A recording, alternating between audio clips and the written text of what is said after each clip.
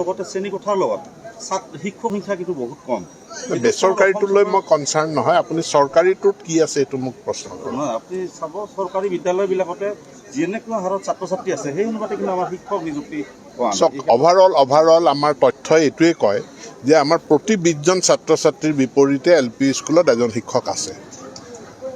যদি চাব যাওঁ শ্ৰেণীকোঠা 5টা, কিন্তু শিক্ষকৰ হাত থাকিব 2জন। নহয়, শ্ৰেণীকোঠাটোত 5টা শ্ৰেণীকোঠা হ'লেই নহ'ব নহয়, 5টাত 20জনকৈ 100জন ছাত্ৰ ছাত্ৰীও থাকিব লাগিব।